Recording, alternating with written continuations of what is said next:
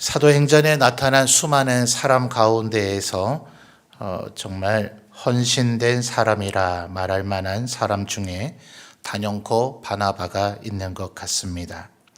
오늘 본문 가운데에서 바나바가 어떤 일을 했던 분인가 하는 것이 상세하게 나타나긴 합니다만, 먼저 참고로 사도행전 4장을 한번 찾아볼 필요가 있을 것 같습니다. 같이 한번 찾아볼까요? 사도행전 4장 36절과 37절 말씀을 찾아보도록 하겠습니다. 사도행전 4장 36절, 37절입니다. 우리 성도님들 읽어주세요. 시작.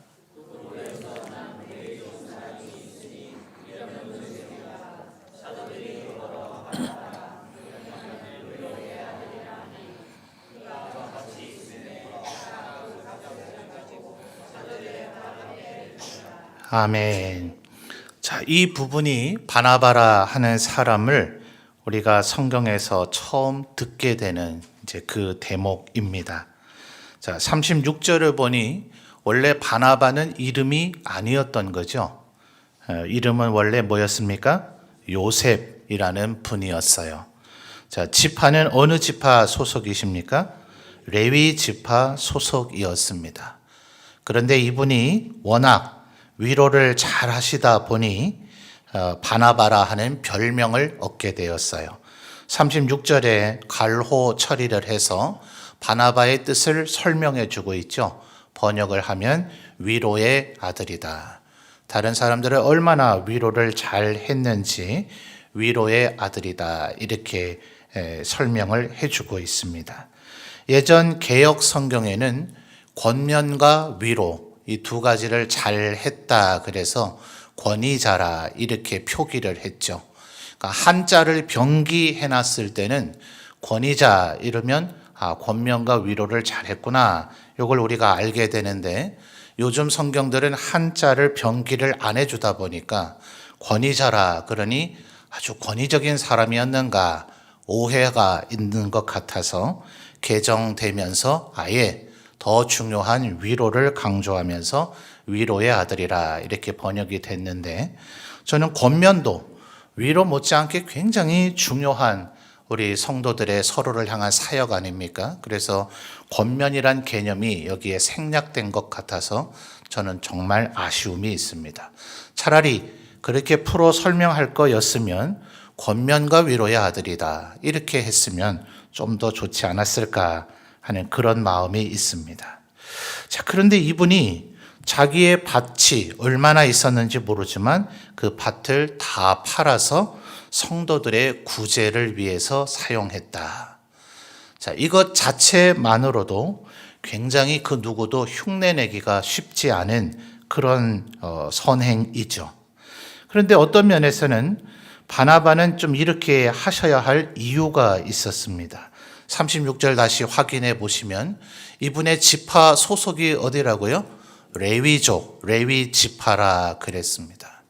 사실은 레위 지파인 이 요셉, 바나바뿐만 아니라 길리기아 다소에서 태어난 바울도 사실은 두 분이 일부러 그러기야 했겠습니까? 선대로부터 이미 그곳에 이주해서 살고 있었기 때문에 그곳에서 태어난 것이고, 또 바벨론에 이스라엘이 패망돼서 메데, 파사, 헬라와 로마 시대로 이어지는 수백 년 유랑할 수밖에 없는, 그래서 오죽하면 흩어진 12지파, 흩어진 나그네들에게 편지를 보내야 될 정도가 이 당시 유대인들의 상황이었고, 흩어진 사람들이라는 의미인 디아스포라라 하는 명호가 있을 정도의 상황이니 바나바나 바울 그 개인과 그 집안에게 책임을 돌릴 상황은 아닌 것 같아요. 누구나 다 그렇게 할 수밖에 없었던 상황이었으니까 말입니다. 그러나 분명한 것은 하나님께서는 이스라엘을 애굽에서 건져서 출애굽시켜서 가나안 땅을 차지하게 하시면서 그들의 영토의 한계를 지정하셨었죠. 동쪽으로는 요단강에서부터 서쪽에는 지중해까지, 저 북방으로는 유브라데 강으로부터 남방은 애굽 땅에 이르기까지 영토를 분할해서 이스라엘 12지파는 이 경내에서 살아라. 그래서 바울 사도가 말하기를 하나님은 천하 민족 모두에게 영역을 정하셨다. 이렇게까지 표현을 했었죠. 12지파가 혹시 그것을 못 지키더라도 언제나 모세 오경 율법을 보면 12지파보다는 레위지파에게, 레위지파보다는 제사장들에게, 제사장들보다는 대제사장에게 보다 엄격한 율법의 준수가 요구되어지곤 했죠. 그러니 혹시 12지파는 그것을 못 지켜내고 이방의 포로로 강제로 끌려간 이들도 있고, 그 가운데 포로 귀환에 동참하지 않고 바사와 또 혹은 바벨론 그 지역에 잔류해서 살고 있는 이들, 또 그들이 바벨론에 끌려갈 때 자기들은 바벨론에 안 끌려가겠다고 아예 역으로 유대를 떠나서 애굽으로 이주가 해서 살고 있었던 유대인들도 있었단 말이죠. 그럼에도 본토 이스라엘 땅에 그대로 살고 있었던 유대인들이 있었던 것을 볼 때 본토를 떠난, 하나님의 그 율법을 어기고 본토를 떠난 이들은 근원적인 죄책감이 있었을 겁니다. 36절에서 다시 보시면 이 요셉 바나바가 어디에서 태어났다고요? 구브로에서 태어났다. 구브로는 지중해 한 중앙쯤에 있는 섬이니 이거는 명백히 유대 땅이 아니죠. 12지파가 살고 있는 그 영역 안에 48개 성읍의 레위인들이 살고 있었어야 되고, 그들은 12지파의 영적인 부분을 책임지고 그들에게 율법을 가르치고 제사를 하도록 돕는 일을 하면서 절대로 자기의 개인 땅은 소유하지 말 것이 요구되어졌는데, 37절을 보면 이 집안이 땅이 있었다는 것 자체가 넌센스죠. 자, 그런데 말씀드렸듯, 충분히 지금 설명드린 것 같은데요. 말씀드렸듯 누구나 지금 이 가장 기본적인 율법을 지키고 있었냐고요. 그렇지 못했거든요. 오늘 새벽까지 다시 한번 느헤미야서의 강론을 마쳤는데요. 13장에 보면 느헤미야가 그렇게 12년 동안이나 예루살렘 성을 쌓고 유대 사회를 다시금 하나님의 말씀대로 살도록 12년 동안 심혈을 기울였는데, 황제 만나러 수산궁에 되돌아 갔다 오는 그 몇 개월 사이에 다시 율법 비준수의 상태로 되돌아갔더라. 이방인과 통혼하는 것은 물론이고, 안식일날 예루살렘 성내에서 장사하는 것은 물론이고, 이방인과 결혼하는 등의 일들이 여전히 벌어지고, 레위인들에게 11조를 주지 않아서 그들이 성전과 율법의 직무를 내팽개쳐버리고 자신의 생존을 위해서 다시 세속지파들의 생업을 종사하는 지경에 이르게 됐다. 순식간에 원위치 되어버렸다 하는 것이 13장에 기록이 되어져 있었습니다. 그러니까 페르시아 시대 때 포로 귀환, 3차 포로 귀환의 지도자인 느헤미야 시대 때에도 이미 이 원칙들이 지켜지지 않고 있었으니 어쩌면 지키는 사람들이 조금 저렇게까지 그렇게 해야 될 필요가 있는가, 이런 생각을 가질 수가 있을 거예요. 벌써 한 20년 돼 가나요? 우리나라의 이제 기독교 매체에 영상, 책 만드는 분들이 많이 계신데, 팔복 시리즈의 영상을 만들면서 맨발의 전도자라는 분에 대한 다큐멘터리 영상을 만든 분이 계셨죠. 그 분이 맨발로 걸어 다니세요. 엄동설한인데도 지하철 같은 데 다니면서 어떤 면에서는 조금 투박해 보이는 방법으로 복음을 전하십니다. 그런 어르신들이 저러더러 또 전세대 어르신들 중에는 많이 계셨죠. 그래서 인터뷰를 하는데 그분이 이렇게 얘기하신 게 수십 년 지났지만 언제나 머릿속에 울려 퍼지고 있습니다. 충성은 각자입니다. 자신은 그것이 하나님 앞에 충성하는 방법이다 하는 거예요. 사람마다 하나님 앞에 충성하고 헌신하는 방법은 다르겠지만 어쩌면 이 요셉, 이 바나바에게도 뭐 그렇게까지 할 필요 있습니까? 지금 땅을 안 갖고 있는 레위인이 누가 있어요? 당신만 구브로에서 태어난 게 아니지 않습니까? 당신이 만약 이 땅을 다 처분해 버리면 누가 당신에게 11조나 준답니까? 성전으로 흘러가서 아나니아 또 알렉산더, 가야바 그 집안에 돈을 주고 로마 황제에게 대제사장의 지위를 얻은 그들이 모든 걸 독차지하고 레위인들 돌보지도 않을 것인데 백성들이 11조를 한들 일개 레위인에 불과한 제사장조차도 되지 않은 레위인에 불과한 당신에게 그 혜택이 주어질 리 없을 텐데 무슨 대책 없이 땅을 다 팔아서 사도들 앞에 가져다 드린단 말이냐.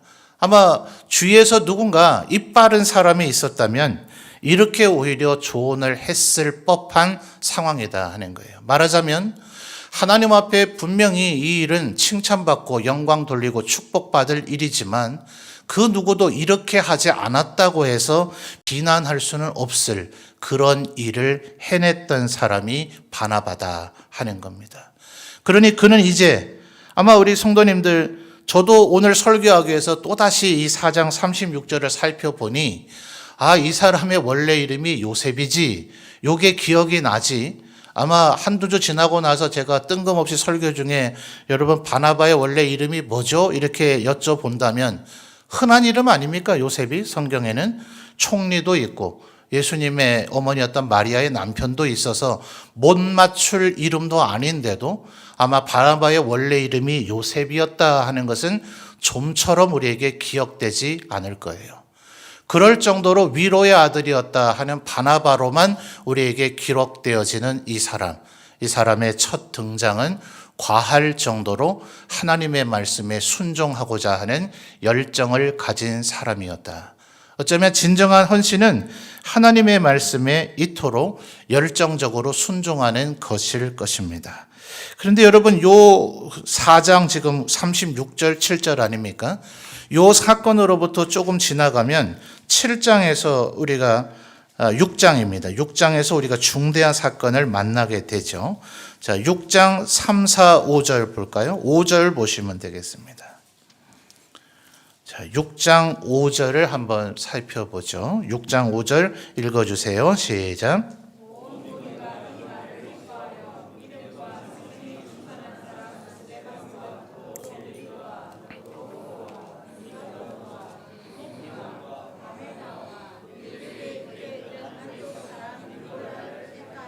아멘. 여러분 잘 아시는 명단이겠습니다. 누구죠? 7명의 집사님들을 세운 사건입니다. 여기에 지금 6장 5절에 바나바의 이름이 있습니까? 없습니까? 없죠? 여러분의 입장이 만약 바나바였다면 섭섭하지 않으실까요? 바나바가 지금 4장 36절, 37절에서 했던 일이 뭡니까? 굳이 그렇게까지?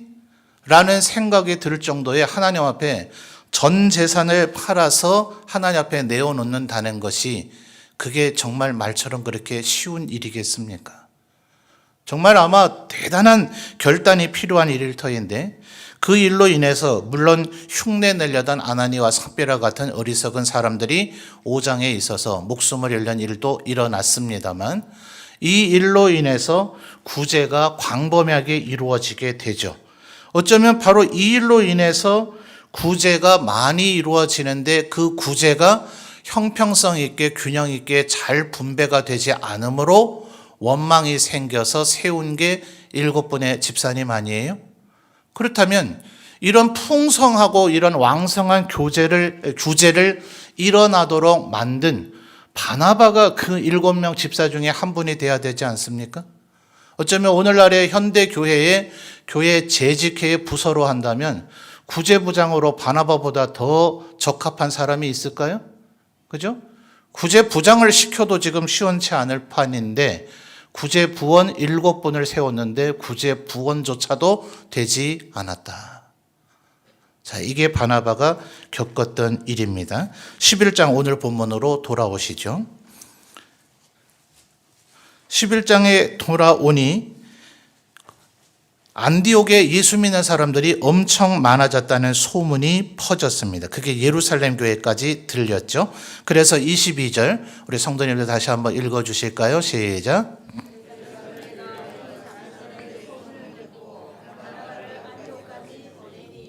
자, 요 전 7장에서는 무슨 일이 있었습니까?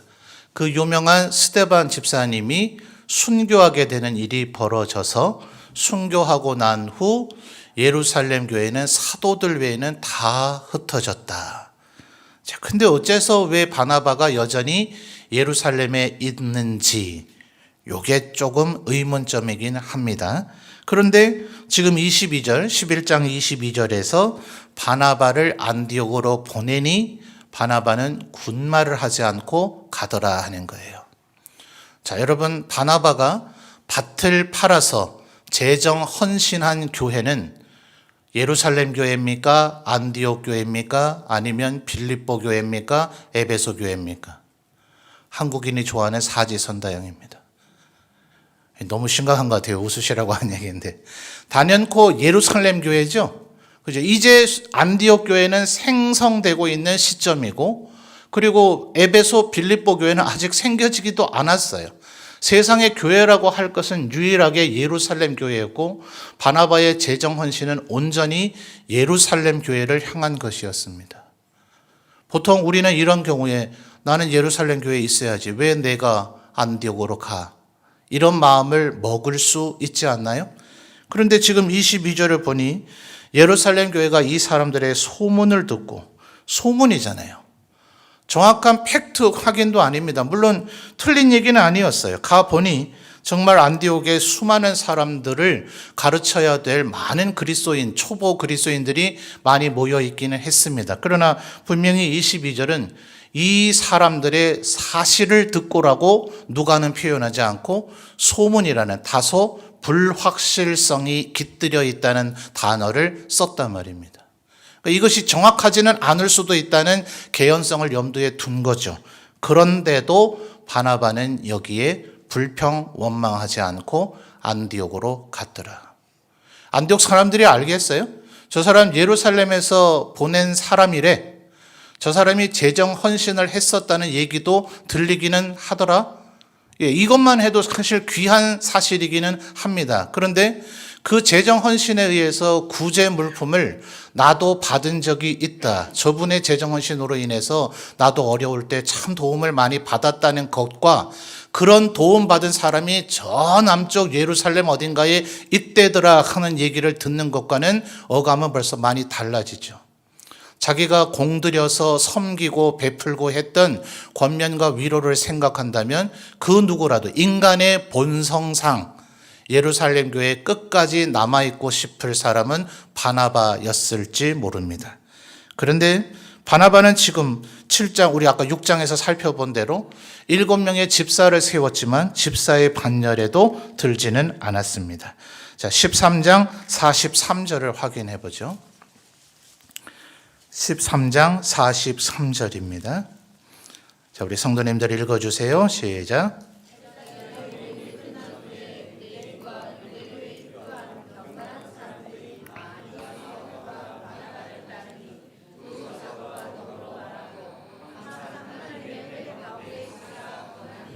아멘.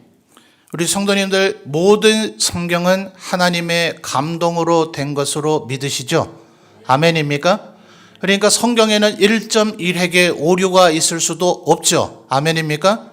그러면 지금 13장 43절에 두 사도라는 표현이 나타났는데 그 앞부분을 보니 두 사도의 이름이 뭡니까? 바울과 바나바예요. 자, 다시 한번 여쭤보겠습니다. 성경에 틀림이 있습니까? 없습니까? 없죠?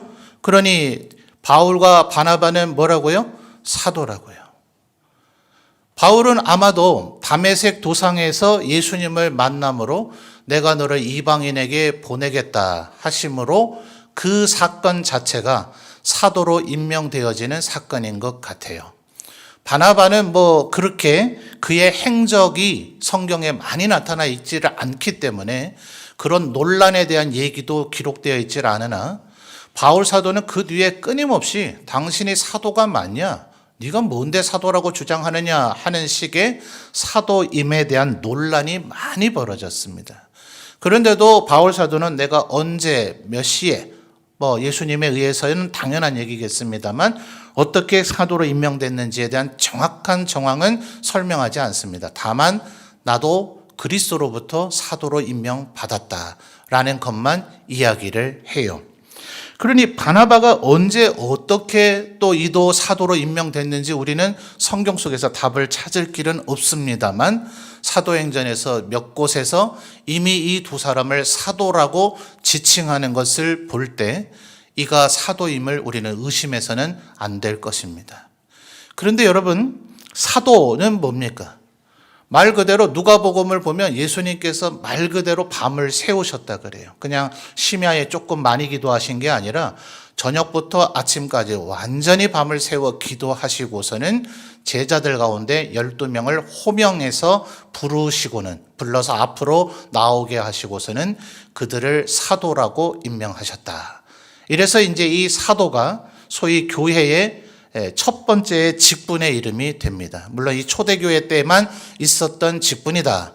지금은 사도로 임명할 권한을 갖고 계신 주님이 더 이상 임명하지를 않으시니 현대의 교회는 사도는 임명할 수가 없고 목사, 장로, 집사, 권사를 우리가 세워서 노예 권위로 하나님의 권위로 임명을 하고 있습니다. 그래서 약간 옆으로 그냥 가지입니다만 현대의 사도를 운운하고 있는 이들이 있어요. 그래서 신사도 운동이라고 하는 이단 부류입니다. 이렇게 성경을 설명하기 위한 사도 얘기가 아닌 현실 교회의 직제 안에서의 사도 운운하는 데가 있거든요. 이 의심의 여지가 없이 이단입니다. 속히 그 자리에서 바로 뒤돌아서 그 자리를 떠나셔야 되는 거예요. 자, 어쨌든 첫 번째 이 직분이 사도인데 사도라는 말의 어원을 좀 살펴볼 필요가 있습니다. 사도라는 말의 어원, 말의 뜻은 보내심을 받은 자라는 뜻입니다. 자, 여러분 11장 아까 22절에서 어떻게 됐다고요? 11장 22절에 예루살렘 교회가 이 사람들의 소문을 듣고 바나바를 안디옥까지 뭐예요? 보내니. 이 보냄에 이가 순종함으로 요게 직접적인 원인이 됐다는 증거는 성경 어디에도 없습니다. 그러나 어원이 그러하다는 것을 볼 때 또 13장 2절과 3절을 보면 어떻게 됩니까? 13장 3절을 보죠. 13장 2절과 3절 주를 섬겨 금식할 때에 성령이 이르시되 내가 불러 시키는 일을 위하여 바나바와 사울을 따로 세우라 하시니 이에 금식하며 기도하고 두 사람에게 안수하여 마지막 단어는 뭐예요? 보내니라. 바로 이 보내심의 순종함이 이가 사도가 된 원인이 아닐까 이렇게 견해를 제시하는 목회자들이 있습니다. 정확한 건 몰라요. 언제, 왜, 어째서 그리스도께서 이 바울과 바나바를 사도라 임명하시는지는 모르지만 어원과 관련해서 볼 때 그는 힘들고 어려운 상황에 어디든지 가라 하면 보내시면 가는 사람이었기 때문에 집사의 7분의 집사 가운데 선출되지는 않았었으나 그는 사도의 반열에 이르는 사람이 되었다. 여러분, 우리의 직분이 그리 중요하겠습니까마는 하나님 앞에 힘들고 어려워도 또 누가 알아주지 않아도 하나님의 일을 기쁨으로 잘 감당하면 하나님께서 그 헌신을 아신다 하는 것 기억하셔서 어쩌면 우리 남전도 회원들 가운데는 조금 늦게 신앙생활을 하신 분들도 있으실 것 같아요. 다른 분은 장로님도 되셨고 안수집사님도 되셨는데 라고 생각할 것은 없을 것 같습니다. 하나님 앞에서 우리가 충성되고 헌신되어 있다면 하나님께서는 그 충성과 헌신 다 아시고 우리 모두에게 넘치도록 은혜와 축복을 베풀어 주실 줄 믿습니다. 절대로 다른 사람이 축복 많이 받는다 해서 시기하거나 질투하지 마십시오. 하나님이 우리에게 주실 축복은 어마어마합니다. 무궁무진합니다. 우리 모두에 넘치도록 그 축복에 파묻히도록 주셔도 하나님의 창고에는 여전히 우리에게 주실 하나님의 은사가 풍성한 줄 믿습니다. 그러니 남이 축복받는 거 부러워 말고 부러워는 해야 될까요? 부러워하면서 나도 받자 이렇게 헌신하시는 우리 남전도 회원들과 우리 모든 성도들이 되시기를 주님의 이름으로 축원합니다. 어쩌면 바나바의 집안은 하나님의 말씀에 순종하지 못했던 집안이지만 그는 하나님 앞에 바나바로 위로의 아들로 그리고 사도의 반열에 이르는 축복을 받는 헌신된 사람이었다 하는 것이죠. 자, 24절, 11장 24절 우리 성도님들 또 한번 읽어 주실까요? 24절입니다. 시작.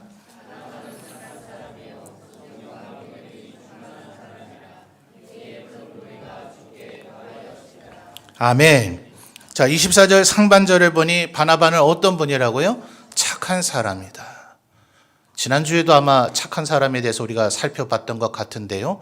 저는 정말 착한 사람이 좋습니다.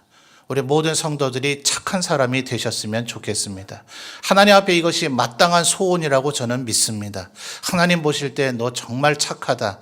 이러면 우리의 삶과 우리의 인생은 이미 끝난 줄 믿습니다. 그 뒤에 하나님께서 어떠한 축복을 베풀어 주실지 감히 상상치 못할 것 같아요. 나는 착한 사람인가? 스스로에게 끊임없이 한번 질문해 보십시오. 다른 사람에게 나는 선을 베푸는가? 할 수 있는 대로 화평과 서로에게 관용하려고 하는가? 내 마음 때로 강팍해지고 내 마음 굳어질 때 있을 때에도 속히 하나님 앞에 꿇어 엎드려 내 마음을 다시 어루만져 주시기를 간구하고 있는가? 이게 전부 착한 사람의 특징이거든요. 끊임없이 착해지기를 꾀하시는 우리 성도님들이 되시기를 주님의 이름으로 축원합니다. 자, 26절 다시 한번 읽어볼까요? 26절입니다. 시작.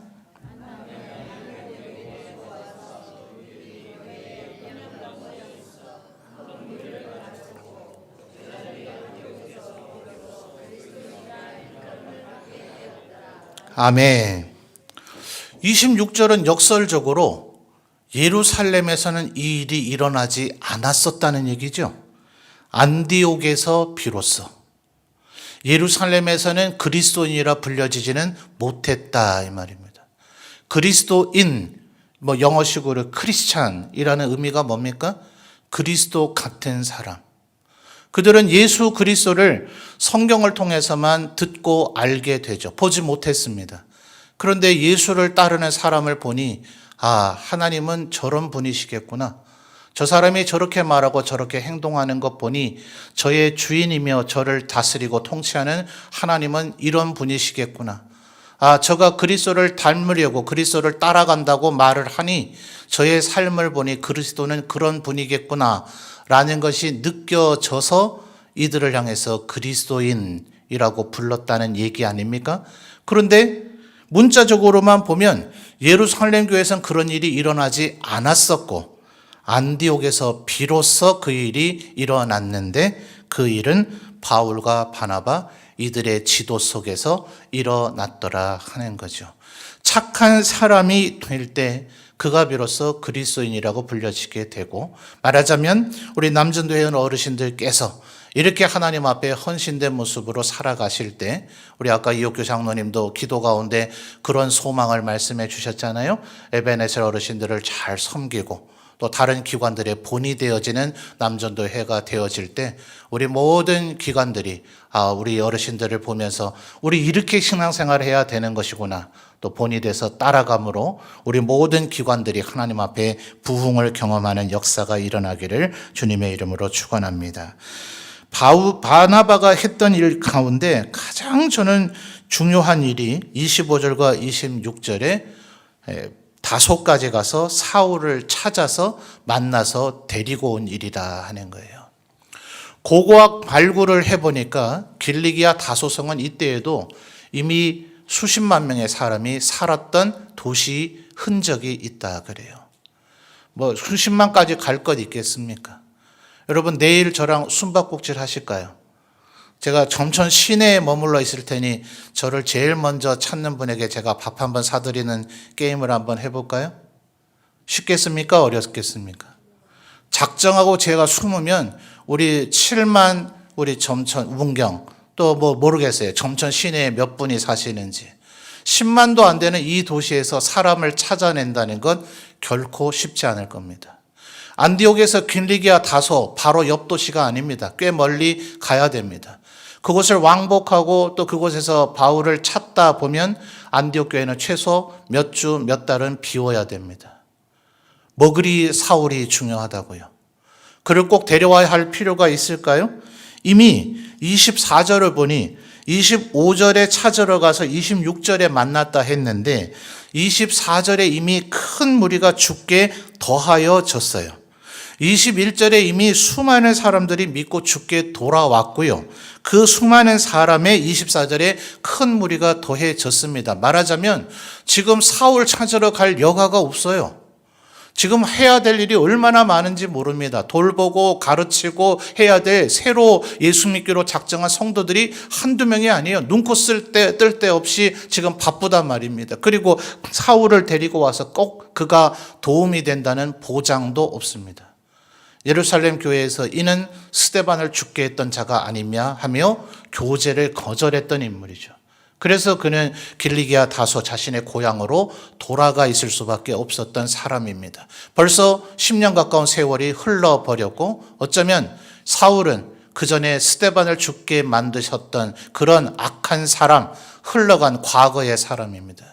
이 사람을 데리고 와서 안디옥 사역에 동참시킨다 하는 것은 조금 세속적 표현입니다만 정말 큰 도박입니다. 굳이 이렇게까지 해야 될 필요가 있었을까? 근데 잘 기억해 보시면 다메섹에서 사울이 예수님을 처음 만났을 때에도 그가 예루살렘에 와서 그리스도인 사도들을 만나 교제하려고 할 때에도 대다수의 사람들이 외면했지만 그때에도 사울을 교회와 융화시키려고 했던 사람이 바로 바나바였습니다. 정말 위로의 아들답죠? 여러분, 교회에는 정말 이런 사람이 필요한 것 같아요. 저 사람은 안 된다. 저 사람은 괜히 데려다 놓으면 저 사람에게 어떤 역할 맡기면 괜히 우리 잘 되던 일도 더 브레이크 걸리고 삐끄덕대게 되고 괜히 좋던 팀워크도 깨져서 그냥 화평이 깨져버리고 문제 일으킬 사람인데 저 사람은 차라리 우리 교회에 없는 게 낫다. 그냥 둬라. 조용히 있게 가만둬라. 이렇게 말하는 사람을 이 바나바는 끝까지 포기하지 않고 그 사람을 하나님의 위대한 지도자로 만들어내는 밑거름을 만들어냈다는 거죠. 우리 교회는 이런 분들이 필요한 것 같아요. 목사가 이런 분들을 목회자가 다 찾아내지 못합니다. 또 목회자도 사람인지라 우리의 성향과 유형이 서로 각각 다릅니다. 목사가 위로 못하고 권면 못하는 걸 자랑하려고 하는 얘기는 아닙니다. 분명히 저희도 힘써 해야 되지만 저는 언제나 우리 젊은 목회자들의 나이의 한계를 느끼곤 합니다. 우리 60대의 우리 남전도의 회원들께서 아직 50대에 불과한 젊은 목사가 가르칠 수 없는 인생의 경륜을 우리 후배들에게 가르쳐 주실 때 우리에게 차세대 지도자들이 마치 바나바가 사울을 세우듯 그렇게 한 사람 한 사람 하나님의 일꾼으로 세워지게 될 줄 믿습니다. 오늘은 남전도의 헌신 예배이지만 또 여전도회도 마찬가지입니다. 1여전도에서 밑에 여전도회를 또 2여전도에도 밑에 동생들을 3여전도에도 4,5여전도에도 6여전도에도 다음 세대에게 본인이 되면서 서로에게 권면과 위로를 할 때 하나님의 교회는 끊임없이 일꾼들이 세워지게 될 것입니다. 자, 27절부터 30절까지를 보니 이 바나바와 바울이 30절에 이 안디옥 교회가 모금한 헌금을 가지고 예루살렘 교회를 돕고자 가게 되죠. 바나바가 절대 그런 마음을 안 먹었을 것 같습니다만 제가 아까 성도님들께 상상력을 자극하면서 설명드린 22절의 상황으로 하면 혹시 바나바는 예루살렘 교회에 좀 섭섭함이 있지 않았을까요? 나를 예루살렘 교회의 지도자로 세워주지 않고 안디옥 교회로 보내버린 사람들이라고 여기질 않고 예루살렘 교회를 향한 고마움의 마음을 잊지 않았더라. 언제나 은혜를 갚고자 하는 마음, 감사하는 마음은 또다시 예루살렘 교회가 수많은 지도자들을 배출해서 지중해 전역으로 로마 제국 전역으로 하나님의 복음이 뻗어나가도록 만드는 역할을 하게 되죠. 이 바나바 한 사람의 헌신으로 얼마나 많은 일들이 이루어졌는가 하는 것 기억하시면서 오늘 모든 남전도회 회원들과 또 함께 예배하시는 우리 모든 성도들이 나도 바나바처럼 하나님 앞에 헌신하리라. 착한 사람이 되리라. 위로의 사람이 되리라. 성령 충만한 사람이 되리라. 은혜와 고마움을 아는 사람이 되리라. 후배들을 길러내리라. 다짐하고 결단하시는 이 저녁이 되시기를 바랍니다.